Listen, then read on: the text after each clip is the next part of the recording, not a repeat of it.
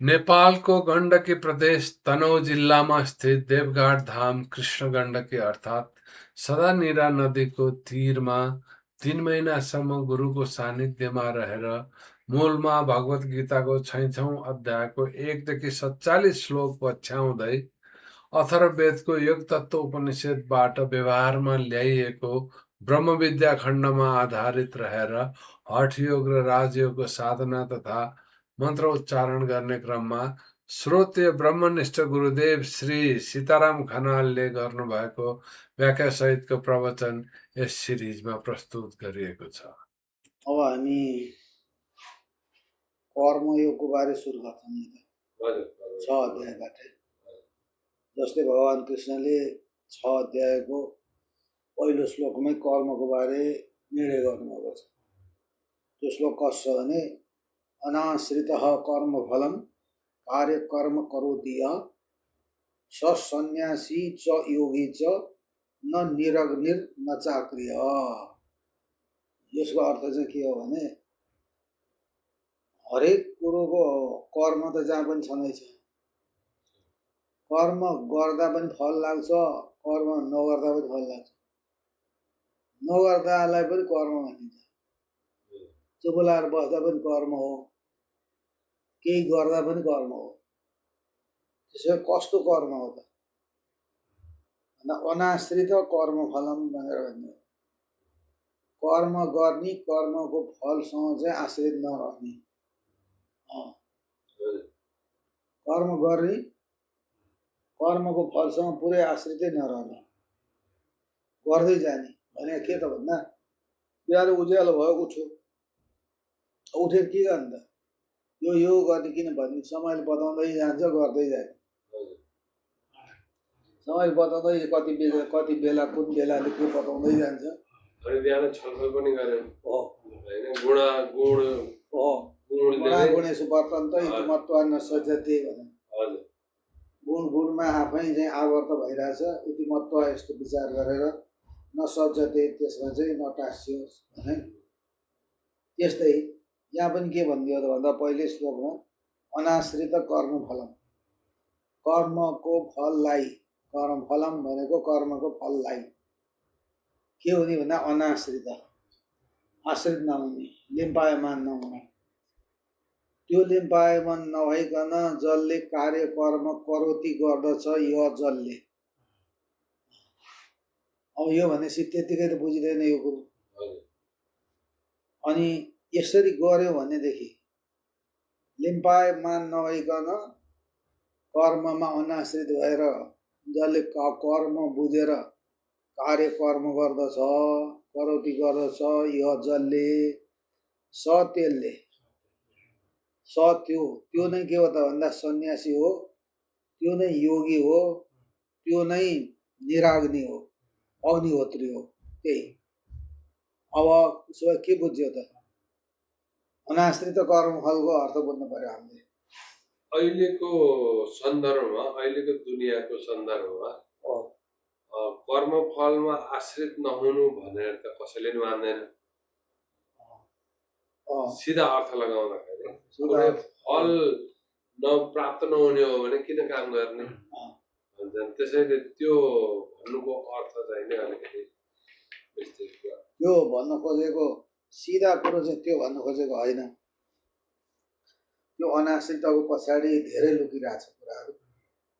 त्यो अनाश्रितको अगाडि के लुकिरहेछ त भन्दाखेरि विश्व लुकिरहेछ, जागृत लुकिरहेछ, अनि ठुल शरीर लुकिरहेछ। यो अनाश्रितको पछाडि एउटा पहिलो लेयरमा विश्व लुकिरहेछ, नेत्र लुकिरहेछ, विश्व लुकिरहेछ, जागृत लुकिरहेछ, ठुल शरीर लुकिरहेछ। यसमा आश्रित नहुने, यसलाई प्रयोग मात्रै गर्ने, यसलाई आश्रित नहुने भन्ने सूक्ष्म कुरा भन्न खोजेको। अनि अर्को आश्रितमा के भइरहेछ त भन्दाखेरि पैजस लुकिरहेछ, पैजस लुकिरहेछ, स्वप्न लुकिरहेछ, स्थान कण्ठ लुकिरहेछ। त्यो अवस्थामा पनि ऊ आश्रित नहुने अवस्था। किन त्यो आश्रित नहुने भन्दाखेरि त्यो अवस्था भनेको स्थूल शरीर सूक्ष्म शरीर र अनि त्यसपछि तीनटा अवस्थाको कारणले जन्मिएका अवस्था हुन् यिनीहरू। यो अवस्था चाहिँ बनाएर बन्ने होइन। स्वत यो अवस्था आफै चलिरहने भएको कारणले यो अवस्थालाई समातेर राख्न पनि सकिँदैन। यो अवस्थालाई बनाएर ल्याउनु पनि सक्दैन। यो अवस्था आफै चलिरहेछ। अवस्था अनुकूल रहने भन्नु खोजेको अनाश्रितको अर्थ अवस्था अनुकूल रहने भनेको। अझ तीनटा अवस्थालाई अनाश्रित भनिन्छ। अझ दुईटा भन्ने अहिले अब तीनटा के त तीनटा अवस्थामा चाहिँ अब विश्व तैजस प्राज्ञ भयो। प्राज्ञ अवस्थामा पनि अब प्राज्ञको हृदय प्राज्ञ त्यो प्राज्ञ हुनासाथ हामी सूक्ष्ममा पुग्छौँ। सूक्ष्ममा पुग्दा सम्म चाहिँ केसँग आश्रित हुँदैन त भन्दाखेरि विश्व छ, विश्वसँग आश्रित हुँदैन। विश्वमा रहेर पनि विश्वसँग आश्रित हुँदैन। तैजस छ, तैजस रहेर पनि तैजससँग आश्रित हुँदैन। प्राज्ञ छ, प्राज्ञसँग रहेर पनि आश्रित हुँदैन। यो यसलाई चाहिँ अनाश्रित भन्न खोजेको। यो अनाश्रित शब्दले चाहिँ यसो भन्न खोजेको सरस्वती हेर्दाखेरिको ठाडो अर्थको कुरो गर्न खोजे होइन यसले। जस्तै अब विश्वसित आश्रित नहुने अथवा जाग्रत अवस्थामा आश्रित नहुने भने कस्तो? त्यो भने यस्तो, जस्तै यो अनाश्रित शब्दले चाहिँ के भन्न खोज्यो भने तीनटा शरीर देखाइरहेछ यो अनाश्रितले। त्यो तीनटा शरीरमा स्थूल शरीर, सूक्ष्म शरीर र कारण शरीर भन्न खोजेको यो अनाश्रित कर्मफलम भन्ने शब्दले, अनाश्रित अर्थले। त्यसको अर्थ चाहिँ के बुझिन्छ भन्दा स्थूल शरीरमा पनि आश्रय रहेर पनि स्थूल शरीर चाहिँ सधैँको लागि आश्रित हुने होइन। स्थूल शरीर र मेरो सम्बन्ध के रहेछ भनेर बुझ्ने भनेको आश्रित भनेको। अनि सूक्ष्म शरीरमा रहेर पनि सूक्ष्म शरीरसँग मेरो सम्बन्ध के रहेछ, सम्बन्ध बुझ्दा त आश्रित र अनाश्रित उसले बुझिहाल्छ। अनि कारण शरीरमा पनि रहेर पनि कारण म कारण भनेको छु। जस्तै अब आनन्दमय कोषमा बसिरहेको छु भनेको छु, म चित्तलाई लिएर काम गर्छु भनेको छु, म त अनाश्रित भनेको छ। अनाश्रित भनेपछि चित्तलाई लिएर कसरी काम गर्ने? चित्तमा पनि आश्रित भएन। नभएको कारणले म सदैव अनाश्रित हुँ। तीनटै अवस्थामा छु, तीनटै अवस्थासँग आश्रित छैन। सदैव म अनाश्रित छु। अवस्था चाहिँ तीनटा बनिरहन्छ। तीनटा अवस्था बन्दा तीनटा अवस्था अनुरूपको पनि बन्छु। तीनटा अवस्था नहुँदाखेरि पनि म आफ्नो अवस्थामा पनि नित्य रहन्छु भएको कारणले गर्दाखेरि अनाश्रित भनेको हो। बुझ्यो है? अहिले बुझे जस्तो छ। एउटा भन्नुको अर्थ यो जति पनि अब अवस्थाहरू सिर्जना हुन्छ नि त, प्रकृतिले नै सिर्जना गरिरहेको हुन्छ। त्यसैले चाहिँ हामी चाहिँ नि बिचमा मैले सिर्जना गरे अथवा चाहिँ मेरो कर्म मैले गरेको कर्म भनेर भन्नुभन्दा पनि बुझ्नु जाति बुझ्नाले चाहिँ आश्रित हो कि अनाश्रित हो बुझ्यो नि त उसले। यहाँ चाहिँ हामीले ठाडो अर्थ बुझ्दाखेरि चाहिँ अनाश्रित भनेको छोड्नु भन्ने बुझेको छ। यो चाहिँ बाहिरी सतहको कुरो भयो। यो छोड्नु भनेको होइन। छोड्नु भनेको होइन, अनाश्रित योसँग आश्रित म छ कि छैन, आश्रित छ कि छैन भनेको यी वस्तु नहुँदा म रहन्छु कि रहन्न। यदि यो वस्तु नरहँदा म रहन्छु भने चाहिँ आश्रित छु। पहिला त जान्नै पर्यो नि त। यो वस्तु नरहँदाखेरि म रहन्छु भने त म आश्रित छैन। जस्तो अब यसले के बुझिन्छ त भनेदेखि शरीर सिद्धियो, शरीर सिद्धिएर पनि साधारण भाषामा पनि मान्छेहरूले भन्छ नि फलानु दिवंगत हुनु हो भनेर भन्छ।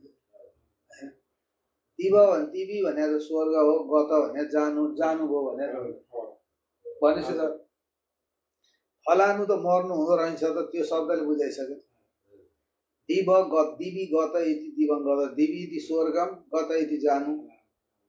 भनेपछि कहाँ जानुभयो त उहाँ भन्दा स्वर्गमा जानुभयो। यो जानुभन्दा अगाडि चाहिँ उहाँ केमा आश्रित हुनुहुन्थ्यो भन्दा शरीरमा आश्रित हुनुहुन्थ्यो, मनमा आश्रित हुनुहुन्थ्यो, इन्द्रियमा आश्रित हुनुहुन्थ्यो। अनि उहाँ सधैँको लागि आश्रित भएको हुनुहुँदो होइन रहेछ।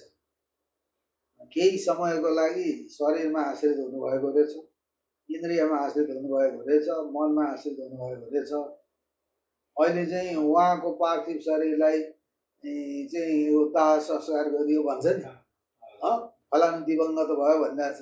भनेपछि उहाँलाई मर्नु हो त भने होइन नि, दिवीमा जानुभयो भने हो नि त। दिवी भनेको स्वर्ग, दिवी भनेको ज्योति, दिवी भनेको सूर्यलोक, दिवी भनेको सूर्य। शरीर छोड्नुभयो। हो यसलाई यो अनाश्रित अर्थले चाहिँ के त भन्दा जो चाहिँ नित्य के हो त्यो जान्नुहोस्, अनित्य के हो त्यो जान्नुहोस्।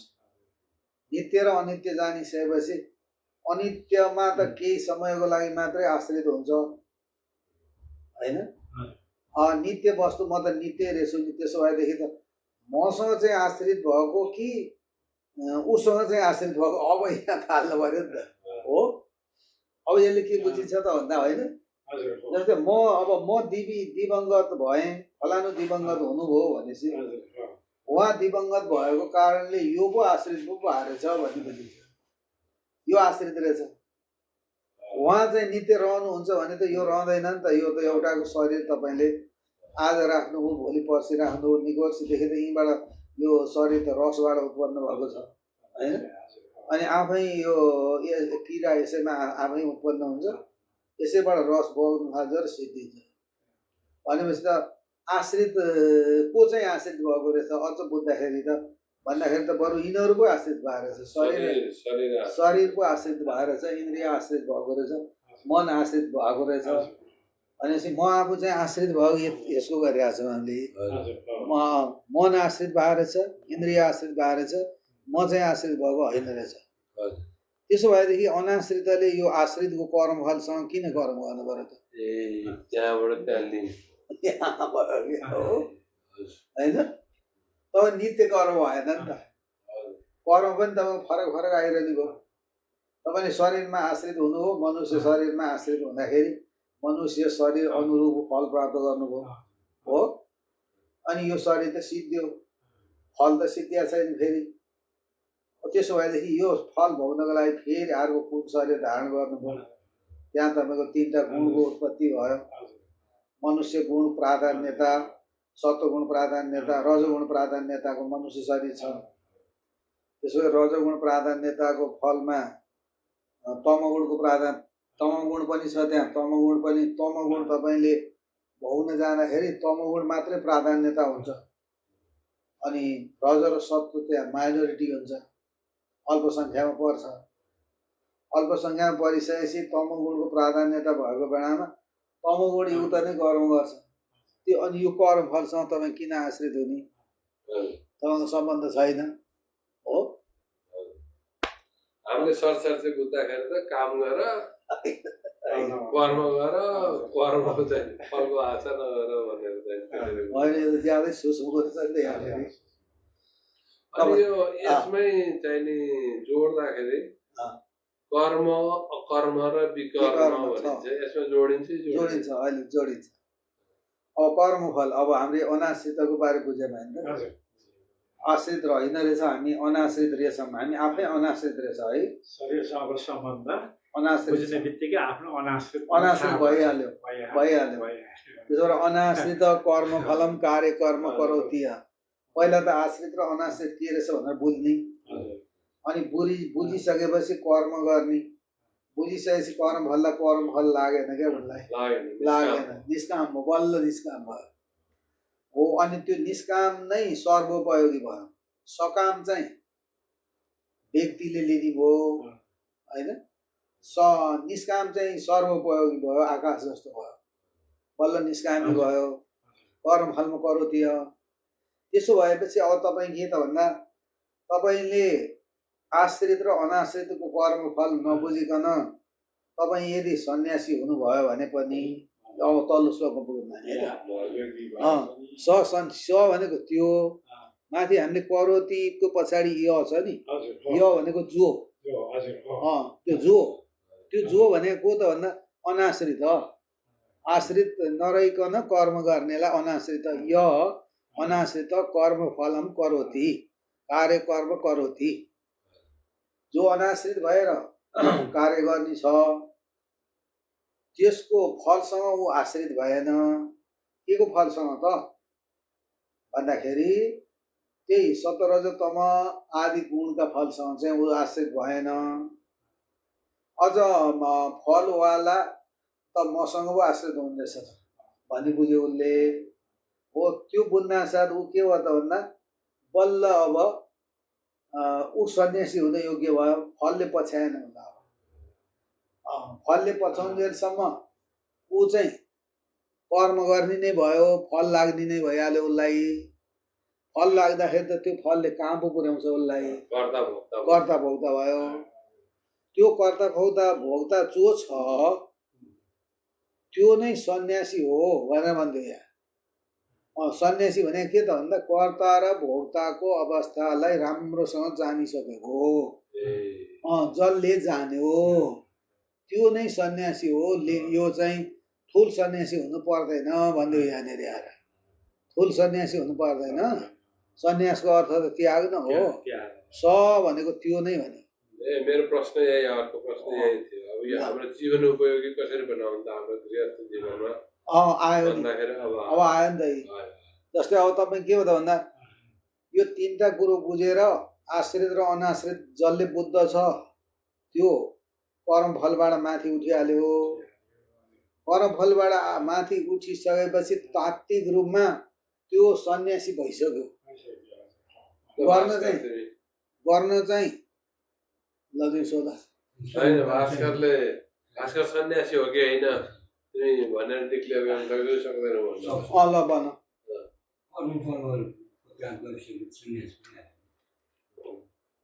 अनि त्यस्तो हल्का नभन न होइन कर्मफलको त्याग भइसकेपछि अनि सन्यास भयो उदाहरण देऊ न कसरी के कारणले स्वाट कर्मफलको त्याग भन्नाले इन्द्रियहरूले गरेको जति पनि कार्यक्रिया गर्छ त्यो मैले गरेको होइन आफ भइरहेको छु उनीहरूको गुणानुसार भइरहेको छ भनेर जसले बोध गर्छ त्यो त सन्यास भइहाल्यो किन उसको त कतै पनि लगाव छैन त्यो लगाव नभएको व्यक्ति त सन्यासी भइहाल्यो अब त्यो सन्यासी पुरै गर नि त त्यसो त्यो सन्यासीले पहिलो लुगाधारी गरेर आश्रममा बस्नु पर्ने भनेको परेन सामाजिक यसरी भन न सुधारेर बोल त्यो सन्यासी ठुल रूपमा सामाजिक हुँदा नहुँदाको असर पर्दैन असर पर्दैन ठ्याक्कै ट्याङ्ने पनि किन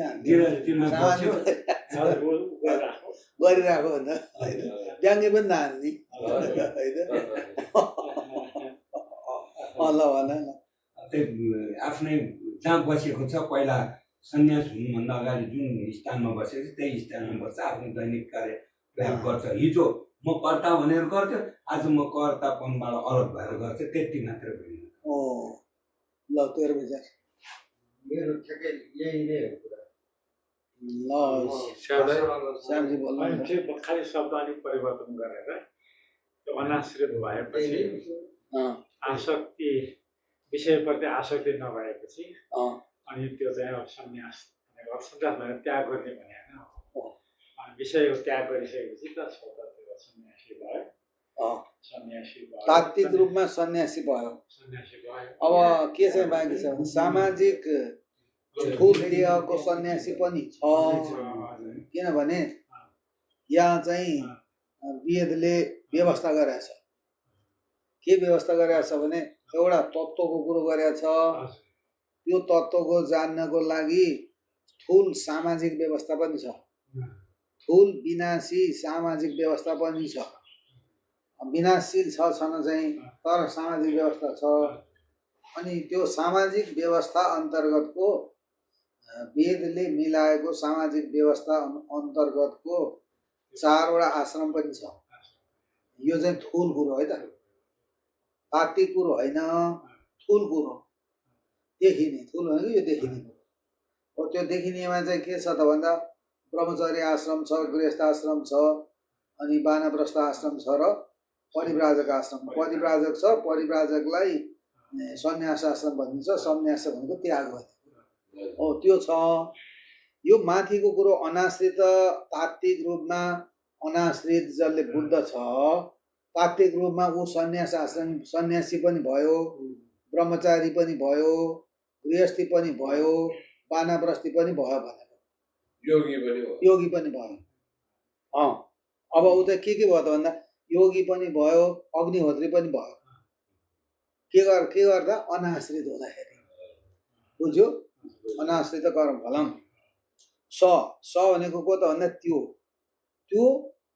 त्योको अगाडि के भनेको थियो त भन्दा य भनेको जो भनेको थियो नि जो चाहिँ अनाश्रित भयो कर्मफलबाट अनाश्रित कर्मफल अनाश्रित हुनको लागि अघि हामीले बताए अनुरूप उसले जान्नु पर्यो दैहिक कर्म भनेको देहद्वारा गरिने कर्म इन्द्रियद्वारा गरिने कर्म दुईटा इन्द्रियद्वारा गरिने कर्म अन्तःकरणद्वारा गरिने कर्म अनि त्यो गर्नको लागि प्रेरित गरिदिने यो तीनटा लाग्यो विषयमा त्यो विषय भने चाहिँ के हो त भन्दा गुण भयो त्यो गुणले चाहिँ यो तीनटालाई तीनटै गुण चलायमान गराइदिनु आफ्नो विषय भनेपछि यता तन्मात्राले के चाहिँ तन्मात्रा के को ग्राहक हो त भन्दा गुणको ग्राहक हो तन्मात्राले गुणको ग्राहक चाहिँ तन्मात्रा हो अब भनेपछि गुणको ग्राहक भनेपछि त लिनेवाला भयो होइन अब उसले के लिइरहेछ त भन्दा गुण लिइरहेछ तन्मात्राले गुण लिइरहेछ त्यसबाट के गुण लिइरहेछ भन्दा रसको गुण लिइरहेछ गन्धको गुण लिइरहेछ स्पर्शको गुण लिइरहेछ शब्दको गुण लिइरहेछ रूपको गुण लिइरहेछ हो यो चाहिँ कसको काम रहेछ त भन्दा तन्मात्राको काम रहेछ म यसमा आश्रित रहन्छ भन्ने कुरो जसले जाने हो तन्मात्रा चाहिँ गुणको ग्राहक हो भनेदेखि अब चाहिँ इन्द्रिय चाहिँ ज्ञानेन्द्रिय चाहिँ के हो कसको ग्राहक हो भन्दा तन्मात्राको ग्राहक फेरि अब ज्ञानेन्द्रिय चाहिँ तन्मात्राको ग्राहक अब फेरि अब कर्म इन्द्रिय चाहिँ ज्ञानेन्द्रियको ग्राहक अनि सबै यो तीनटैको ग्राहक चाहिँ को त भन्दा शरीर चाहिँ सबैको ग्राहक त्यसो भए अब यो विक्रेता चाहिँ को त दिनेवाला चाहिँ को त भन्दा स्वत प्रकृतिमा दिइरहेछ त्यो स्वत दिइरहेछ भन्ने थाहा पाउने चाहिँ कसले हो भन्दा मनले थाहा पाउने हो मनले थाहा पाएर भएन ग्राहक बनुन्जेल भएन नि त त्यहाँ किन्न छोड्नु पऱ्यो नि त व्यापार सिद्ध हुनु पऱ्यो नि त उसले चाहिँ मनले किनुन्जेल भएन मनले नकिन्दा पनि त्यहाँ वस्तु छ नि त तपाईँको लागि अर्डर भएको वस्तु तपाईँले नकिन्दाखेरि कहाँ उसले मान्छ त तपाईँलाई जसरी भोगाइदिइहाल्छ नि उसले तर नाम मैले अर्डर गरेर ल्याइसकेँ हो कहाँ हुन्छ भन्दा मिल्दैन अन्त फिट पनि हुँदैन फेरि तपाईँले अर्डर गरेको कुरो अन्त फिट हुँदैन नि त नहुने भएकोले अब यो ग्राहक ग्रहण गर्ने भावनाले ग्राहक है हरेक फलको ग्रहण गर्ने भावनाले ग्राहक अब यो ग्राहकले नै के गर्नु पर्यो भन्दा आसक्ति चाहिँ कहाँबाट आसक्ति रहने त अनाश्रित रहने भन्दा म ग्राहकै होइन नि त म ग्राहकै होइन म ग्रहण नै गर्दिनँ म नित्य छु म नित्यले त अरू वस्तु अनित्य छ म नित्य छु म नित्यले त अनित्य वस्तुको ग्राहक कसरी हुन सक्छु त म होइन नि त्यसो भए यो कसरी भइरहेछ त यो ममा नै मैले नबुझेको कारणले ग्राहक चाहिँ मै भएर छु र मैले चाहिँ यसरी यो 5-6वटालाई मैले चलाउँदो रहेछु अब त मैले बुझेँ नि त अब त म ग्राहक होइन मैले बुझिसकेपछि अब के भयो त भन्दा सिधै उसलाई दिनु है म लिनु तपाईँले डिलरलाई के भन्नुभयो सिधै फलानलाई दिनुहोस् है बस अनाश्रित हो नि त कर्ता भोक्ता भएन अनि जो कर्ता भोक्ता हुँदैन त्यही सन्यासी हो त्यही योगी हो त्यही अग्निहोत्री हो निरग्नि भनेको अग्निहोत्री हो